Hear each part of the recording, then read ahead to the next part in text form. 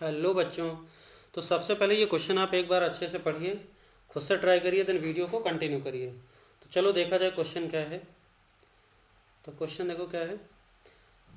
Late a determinant, एक determinant given है जो कि फोर्थ ऑर्डर का है, जिसमें a B c x y z use किया गया है और ये सारे क्या रियल नंबर है। तो आपको बताना है कि इस डिटर्मिनेंट की वैल्यू क्या है। देखो, delta is independent of x Y but not Z. ठीक, delta is independent of x Y and Z. If delta equal to zero then A C B may be in G P. If delta equal to zero then A B C may be in A P. तो ये चार option given है ना। अब ये generally हम लोग third order को ओपन करते हैं ना, फोर्थ ऑर्डर का बहुत रेयर ही मिलता है, लेकिन है आपके पास, आ गया है, करना पड़ेगा। तो देखो क्या है, सबसे पहले हमें ये डिपेंडेंसी निकालने के लिए हमें पहले तो इस एक्सप्रेशन को सिंप्लीफाई करना पड़ेगा, है ना। तभी आपको दिखेगा कि उस एक्सप्रेशन में एक्स वाई जेड एबीसी क्या आ रहा क्या नहीं आ रहा। जो नहीं आएगा उस पर डिपेंड नहीं करेगा, जो आएगा उस पर डिपेंड करेगा। ठीक, तो सबसे पहले इस डिटरमिनेंट को ओपन करना पड़ेगा। अब डिटरमिनेंट ओपन करने के लिए कुछ डिटरमिनेंट की प्रॉपर्टीज लगा लेते हैं। कैसे? जब हम डिटरमिनेंट ओपन करते हैं तो हम क्या करते हैं कि पहली रो में, ध्यान से सुनना, पहली रो में ज्यादा से ज्यादा एलिमेंट क्या हो जाए, जीरो हो जाए।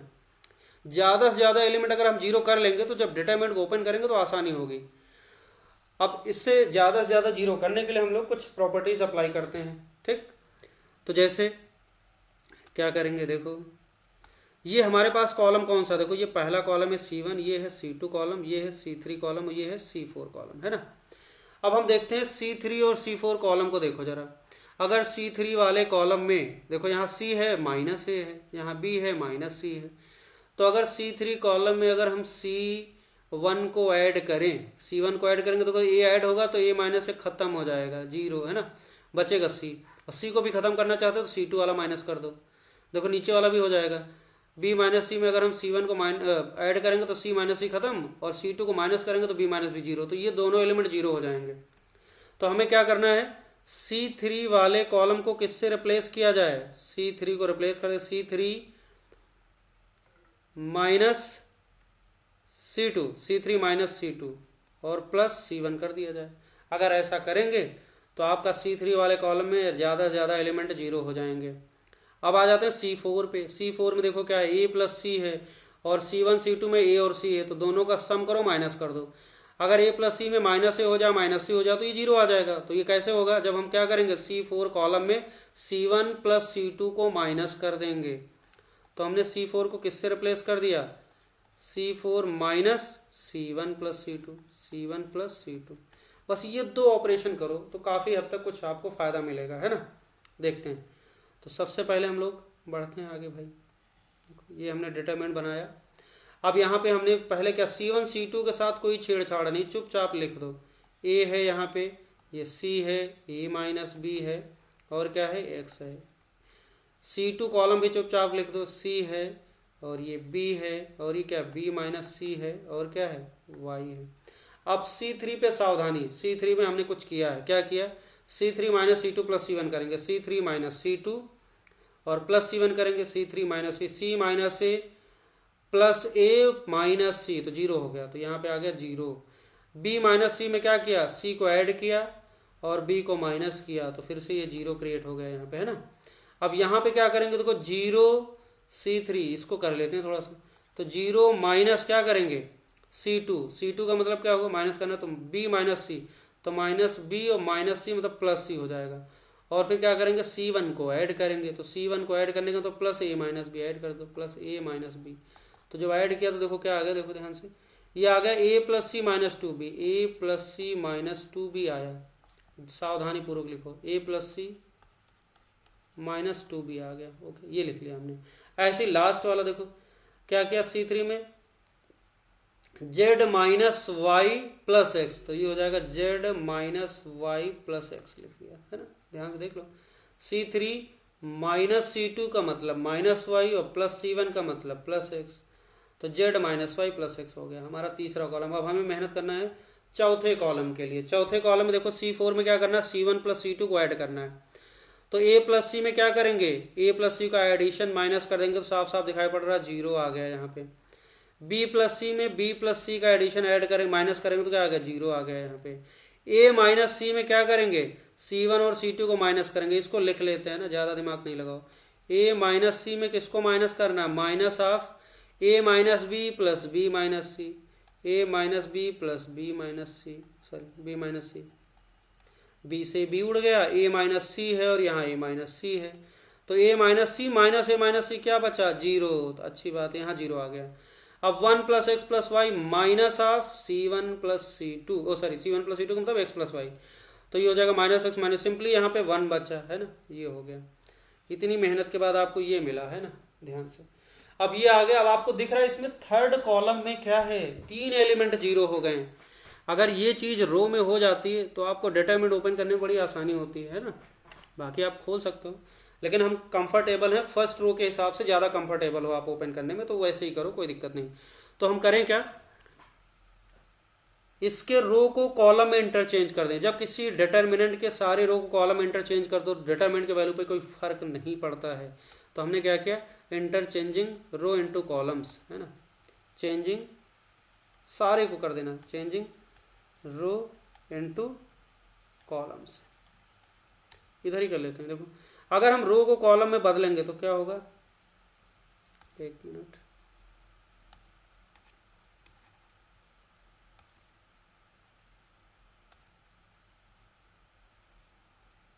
ये हो गया। अब रो को कॉलम, पहली रो को पहला कॉलम बनाओ, a c zero zero, a c zero zero, दूसरी रो को दूसरा column c b zero zero, c b zero zero, तीसरी रो को तीसरा कॉलम, तो a minus b, b minus c, और a plus C minus two b, a plus C minus two b, और ये क्या हो जाएगा, जीरो, ठीक। और चौथी रो को चौथा कॉलम, ये हो जाएगा एक्स, ये हो जाएगा वाई, और ये हो जाएगा आपका z minus x plus, sorry z minus y, z minus y plus x, और ये हो जाएगा 1।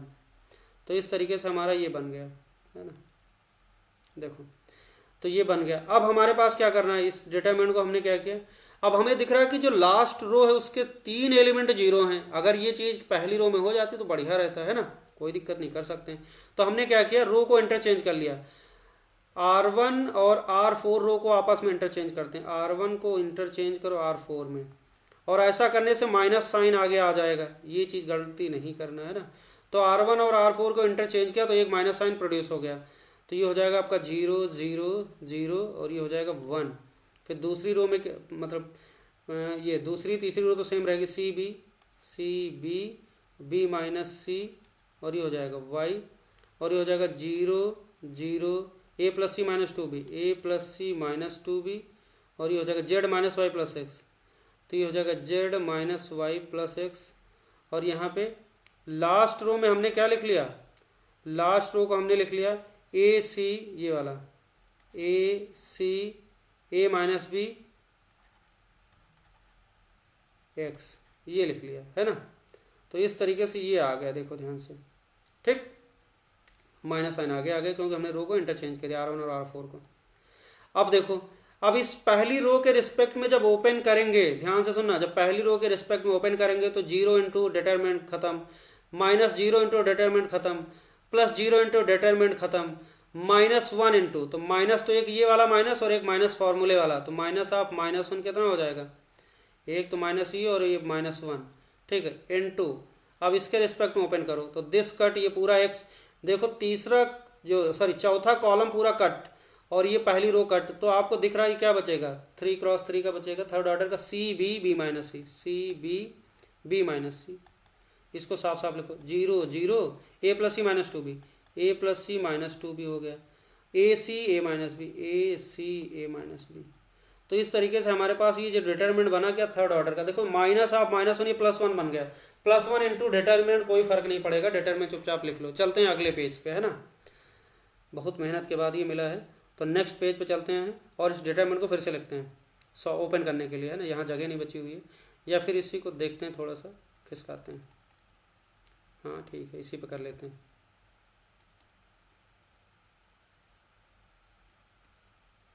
ये रहा, थोड़ी सी जगह है इस पे, है ना, कर लेते हैं। अब देखो इस डिटरमिनेंट को ओपन करेंगे तो क्या आ जाएगा, -1 कितना हो जाएगा, +1 हो जाएगा। अब इसको ओपन करो, सी इंटू, इसको सही से ओपन करो, this cut this product minus this product क्या हो जाएगा, 0, और ये हो जाएगा माइनस, तो ये हो जाएगा minus c A plus C minus two b, a plus C minus two B, बहुत ध्यानपूर्वक करना है। उसके बाद फिर ये क्लोज, माइनस बी किया और ये बी इसको कट किया और इसको कट किया तो क्या हो गया, दिस कट तो हो जाएगा, दिस प्रोडक्ट जीरो हो गया, minus a into a plus C minus two b, minus a into a plus C minus two b, ये हो गया। और लास्ट में क्या हो जाएगा, plus b minus c into this cut तो zero into c zero, zero into ये जीरो, तो zero minus zero, zero minus zero का मतलब है तो खत्म हो गया, जीरो हो गया।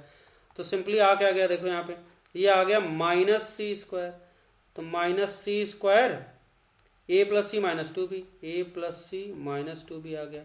और दूसरा टर्म देखो ये क्या हो जाएगा, minus minus plus, plus a b, और ये क्या हो जाएगा, a plus C minus two b, a plus C minus two b आया। बड़ी मेहनत हो रही, तो देखो ये आ गया। अब इसमें देखो ए प्लस सी माइनस टू बी कॉमन ले लेते हैं, तो यहाँ पे ए प्लस सी माइनस ये कॉमन ले लेते हैं ना, तो ये आ जाएगा आपका a plus C minus two b, ये कॉमन ले लिया माइनस, तो और उसके बाद a plus C minus two b common लिया तो बचा माइनस, ये हो जाएगा minus C square plus a b, ये आ गया। तो इसको हमने ये फॉर्म आ गया आपका, क्या है, डेल्टा, डेल्टा की वैल्यू आ गई है ना। अब ये जैसे ही डेल्टा आया, चलते हैं ऑप्शन के पास, डेल्टा थोड़ा साफ साफ लिख लेते हैं ना ऊपर, तब फिर हम ऑप्शन से पूछेंगे। एक मिनट, तो डेल्टा अब इतनी मेहनत से निकाला तो इसको साफ साफ लिख लिया जाए। क्या है देखो, ए plus C minus two b, a plus C minus two B है एक फैक्टर, और दूसरा फैक्टर क्या है, ए बी माइनस क्या है, सी स्क्वायर। ओके, ध्यान से समझना, ये रहा डेल्टा। अब इस डेल्टा से पूछो, पहला ऑप्शन क्या कहता है, delta is independent of x Y but not z. तो इसमें देखो एक्स भी नहीं, वाई भी नहीं, जेड भी नहीं, तो क्या है दूसरा ऑप्शन, देखो delta is independent of x y z, बिल्कुल सत्य बात, सेकंड ऑप्शन एकदम करेक्ट हो गया। अब अगर डेल्टा को जीरो कर दें तो कहा गया कि if delta is equal to zero a C B may be in GP, है ना, A B C may in GP. तो आपको पता है अगर डेल्टा जीरो करेंगे तो या तो दिस फैक्टर जीरो और दिस फैक्टर जीरो, तो आप लिख सकते हैं A plus C minus two B equal to zero, और क्या होगा A B minus C square equal to zero. तो यहाँ से ए प्लस सी की वैल्यू क्या आ गई, टू बी, और यहाँ से क्या आ गई, ए बी इक्वल टू क्या हो जाएगा, सी स्क्वायर। अब A plus C equal to two B का मतलब क्या है, दोनों चीजें हो सकती, या हो या फिर ये हो, ये वाला होगा ये वाला, मे भी कहा गया है।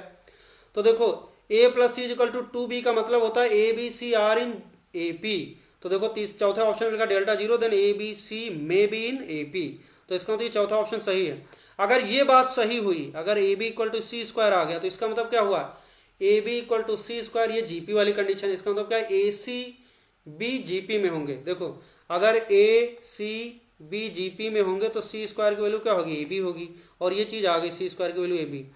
तो ये अगर एपी में हुए तो ये बात होल्ड करेगी, तो delta is equal to zero, then A C B may be in GP, ये बात भी एकदम सही हो गई। तो इस तरीके से इस क्वेश्चन में कौन कौन से ऑप्शन सही हो गए, दूसरा, तीसरा और चौथा ऑप्शन करेक्ट हो गया। Okay, thank you.